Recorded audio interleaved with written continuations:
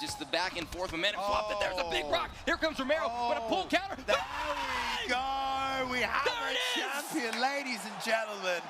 Your champion.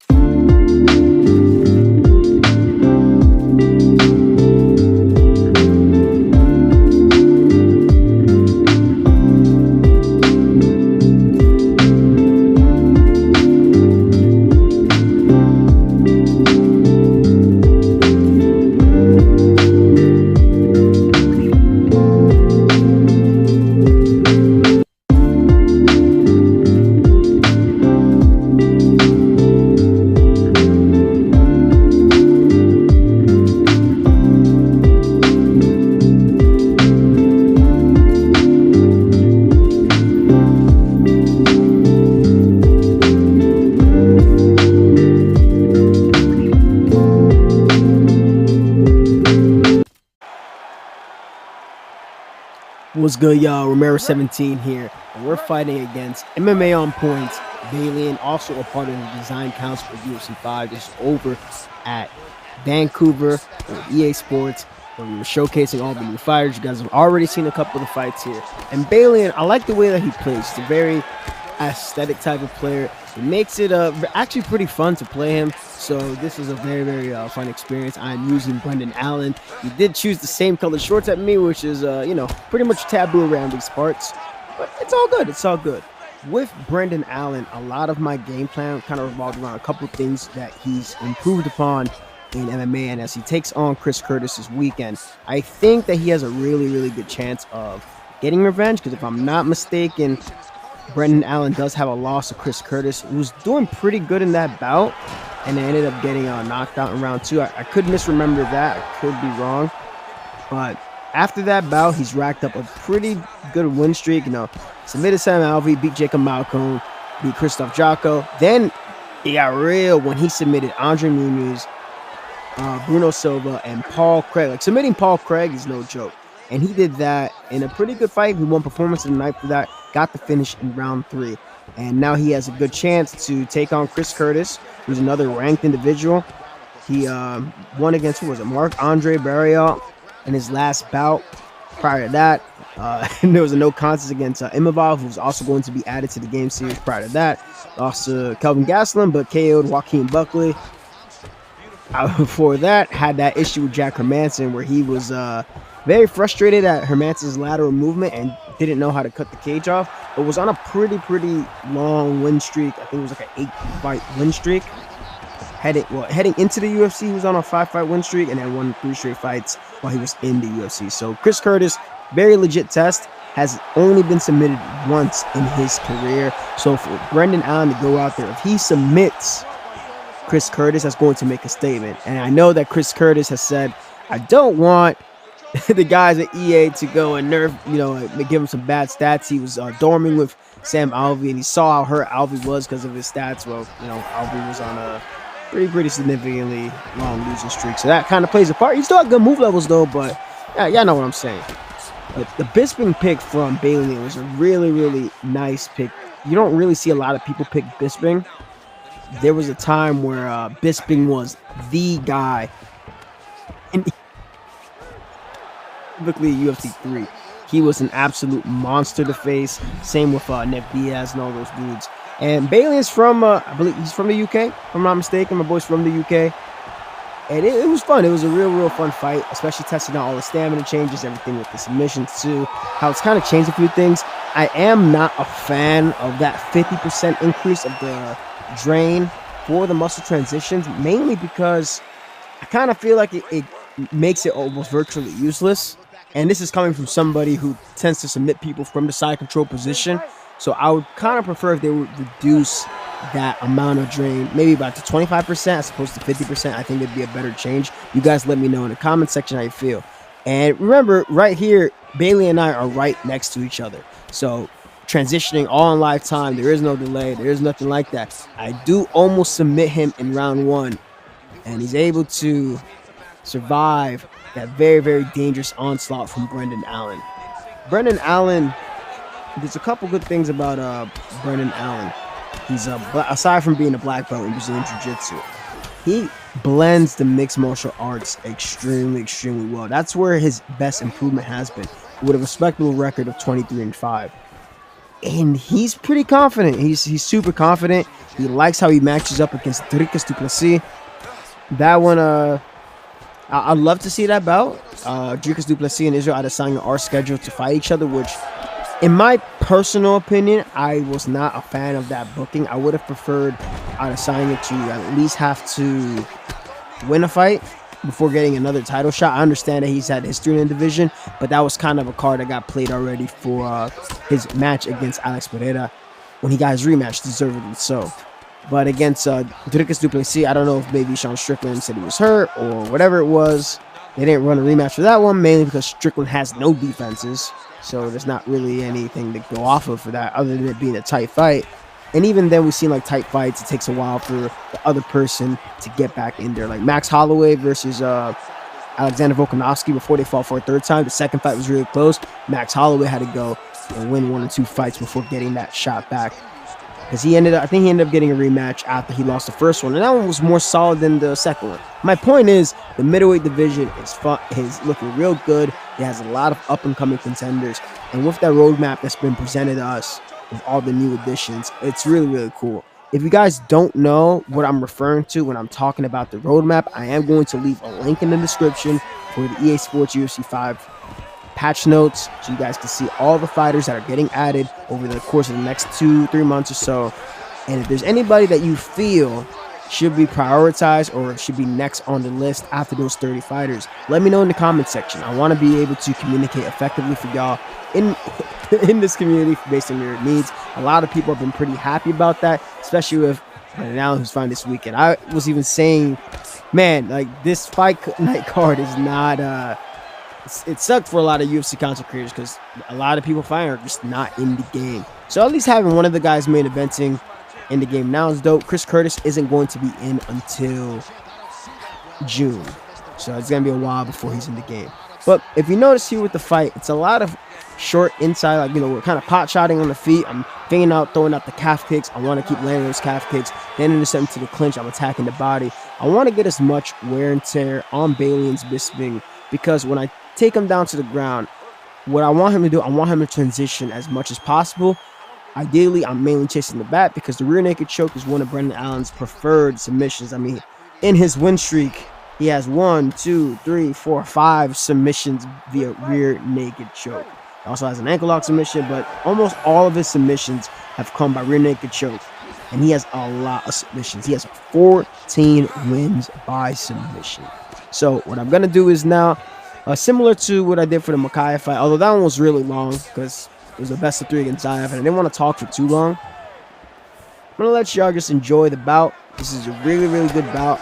Just enjoy the scenic route, of everything. I don't want to talk too much. Keep note of what I'm doing with Brendan Allen to get the fight down to the ground. Keep note of what I'm doing with kind of winning those small exchanges on the feet. And if you utilize those type of tools, it's going to help you guys out tremendously when looking to use Brendan Allen on UFC 5. So I'm going to peace out of here. You guys enjoy the rest of the fight. Thank you for Bayliun for helping me out, getting this fight ready for y'all. I'm going to head out of here, and you guys can enjoy the showcase.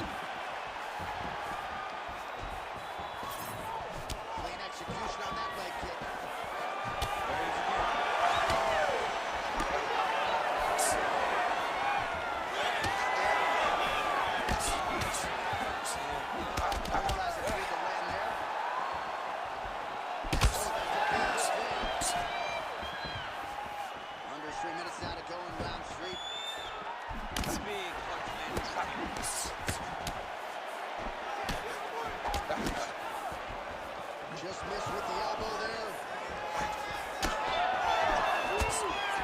So we have crossed the midpoint in this one.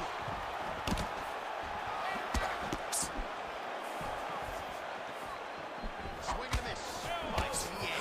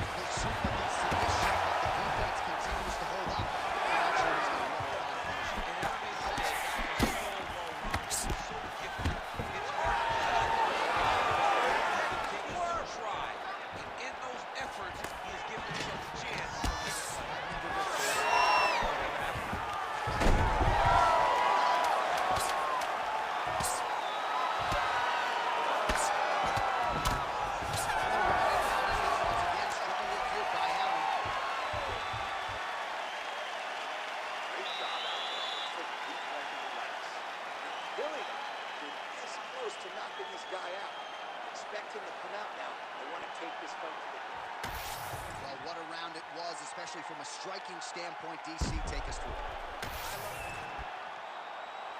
You ready to fight? Ready. Good. Stay tight. Work the game. Here we go, fourth round of this possible.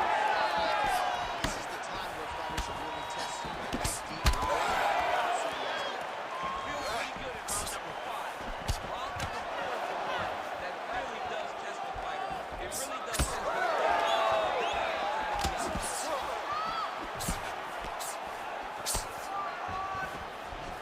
Going for the leg kick. Nothing doing it. Another debilitating strike to the body, and he continues to punish his opponent's midsection. Had a lot of success with it in the previous round, and picking up exactly where he left off.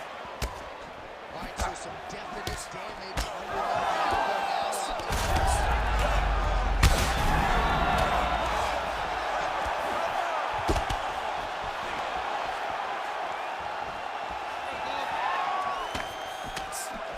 straight right hand has been a good weapon for him, and this is with it there. Keep your head in it. Keep your head in it. Nice kick to the midsection. Still plenty of time with which to work here, round 4. Protect your face, huh? Protect your face. Solid punch.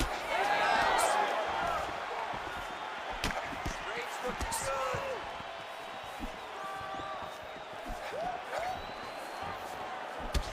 Well, you can sense the corner's frustration. He has not had any answer for these body shots, and now you see His coaches are wondering, where's the defense? We worked on this. We knew this would be an attack that they would come with. Why are you not doing this straight? He's got to change something. He's got that elbow. He's got to roll and turn. He cannot continue to take this body shot. your hook looks tight. He's been attacked.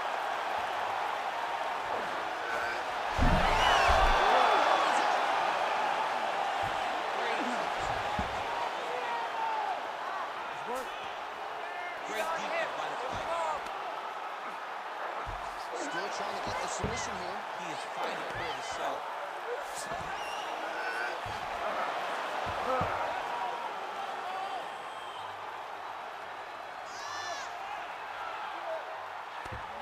Hey, scramble, get up. Scramble. Slick reversal right there. Feeling like a choke. Feeling like a choke. Looks tight. Struggling to create the angle here. He's going to be tough. Idea how this guy has not watched. Go out, hold down. Keep it. 10 seconds to go in round 4. So he can't get it here. Getting good at Time. Hey, stop. Just shots for the end of round 4. 20 minutes in the books. All right, so that's the end of the round. Potential adversity here. All right, so the cut man attends to the fighter who is essentially... Ready to fight? Ready. Good.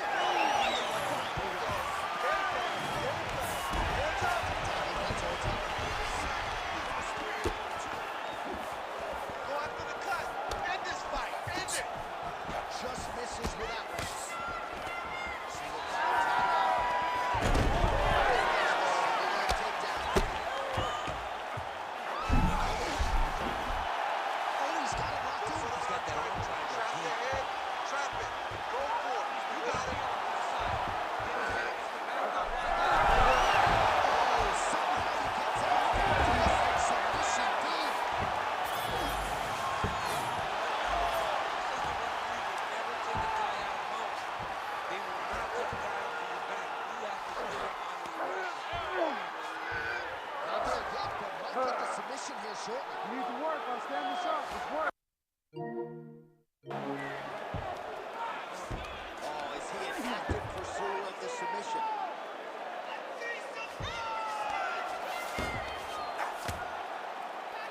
Just over 3 minutes now to go in the fight. Oh, hard ground and pound strike there. I believe that one opened up.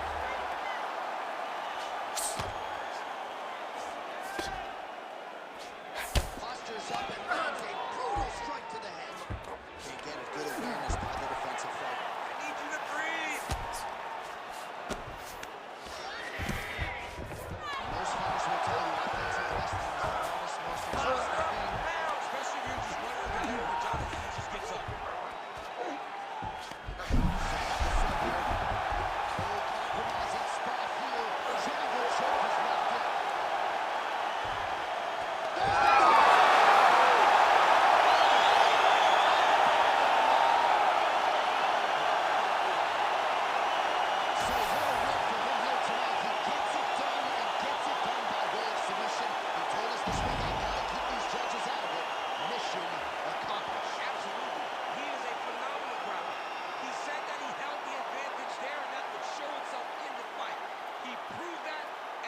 submission victory. Amazing.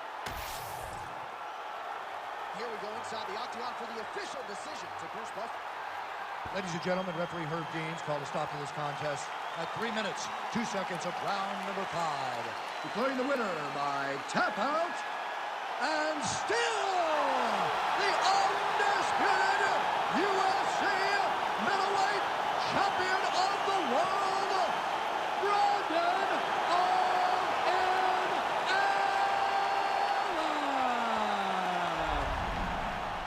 So there he is, still the undisputed UFC middleweight champion after a win by way of submission here tonight. And despite the fact that the number